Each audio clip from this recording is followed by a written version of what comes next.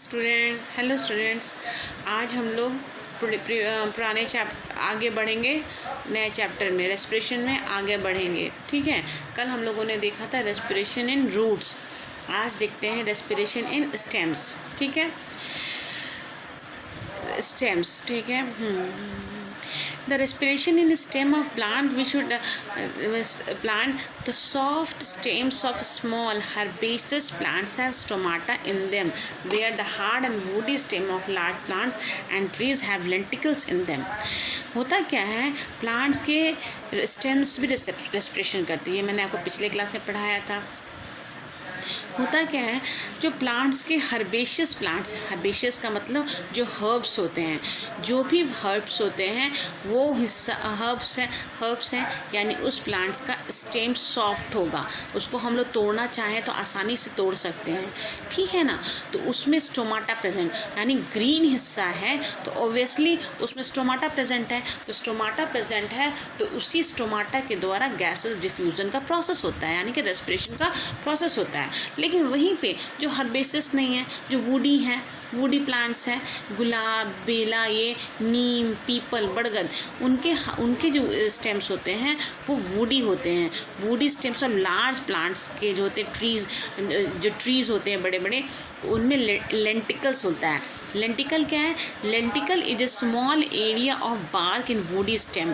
Woody stem में जो भी वुडी स्टेम है उसमें लार्ज वो स्मॉल छोटे छोटे एरिया है, लेंटिकल्स होते हैं, जिससे के द्वारा where the cells are loosely packed allowing the gases exchange. उसी लेंटिकल्स में जो वहाँ के जो सेल्स होते हैं वो लूजली पैक होते हैं। लूजली पैक होने के कारण वहाँ पे रेस्पिरेशन का प्रोसेस यानी डिफ्यूज़न ऑफ गैसेस हो पाता है। ठीक है, the oxygen from air diffuse into the stem of a woody plant through a lenticles and reach in the inner cell. वो lenticles के थ्रू उसमें गैसेस प्रवेश करते हैं और डिफ्यूज़न प्रोसेस के द्वारा, और सेल्स के और स्टेम्स के अंदर वाले सेल्स तक पहुंच जाते हैं। वहीं the carbon dioxide gas produce in the cells of the stems during respiration and diffuse out in through the same lenticel. और उसी लेंटिकल्स के द्वारा ही कार्बन डाइऑक्साइड, जब ऑक्सीजन यूज़ हो जाता है, कार्बन डाइऑक्साइड बन जाता है, तो कार्बन डाइऑक्साइड उसी लेंटिकल्स के थ्रू बाहर की ओर निकल जाते हैं। वहीं पे है रेस्पिरेशन इन लीव्स। ठीक है, the leaves of a plant have a tiny pores called stomata. क्या है, प्लांट्स के जो लीव्स होते हैं उसमें टाइनी छोटे छोटे पोर्स होते हैं, जिसको स्टोमाटा कहा जाता है। The exchange of respiratory gases in leaves takes place by the process of diffusion through the stomata. इसी स्टोमाटा के द्वारा ही उसमें गैस का प्रोसेस, डिफ्यूजन का प्रोसेस होता है। Oxygen from air diffuse into a leaf through stomata and reaches all the cells where it is used in respiration.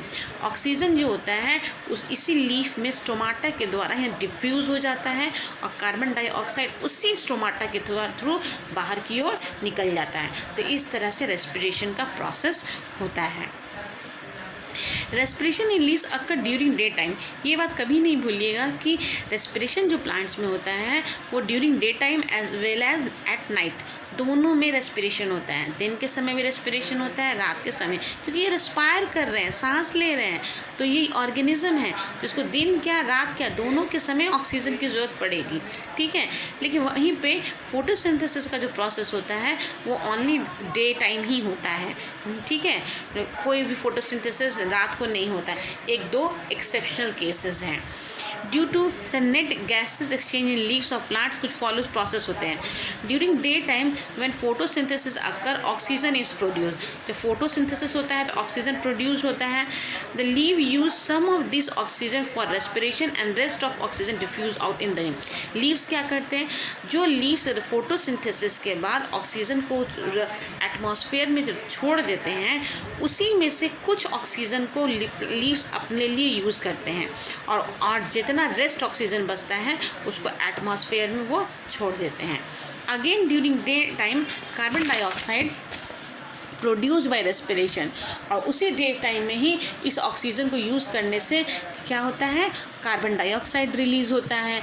Even more carbon dioxide और लेकिन इसमें होता है क्या, एक चीज़ मैं बताना चाहती हूँ, क्योंकि फोटोसिंथेसिस के समय प्लांट्स लार्ज अमाउंट में ऑक्सीजन रिलीज़ करता है, तो लेकिन रेस्पिरेशन करने के समय वो बहुत कम ऑक्सीजन को लेता है और रेस्ट को एटमॉस्फेयर में छोड़ देता है। लेकिन वहीं पे जब ये रिस्पायर करता है और कार्बन डाइऑक्साइड को एटमॉस्फेयर में छोड़ता है, तो उतना ही कार्बन डाइऑक्साइड सफिशिएंट नहीं होता है इसके फोटोसिंथेसिस के लिए। ये एटमॉस्फेयर में प्रेजेंट और कार्बन डाइऑक्साइड को लेकर ये क्या करता है, फोटोसिंथेसिस के प्रोसेस को करता है। इसलिए प्लांट्स हमारे लिए इतने हेल्पफुल हैं, ठीक है। The net gases exchange during day time, oxygen क्या होता है, डिफ्यूज़ आउट होता है, और कार्बन डाइऑक्साइड क्या होता है, डिफ्यूज़ इन होता है।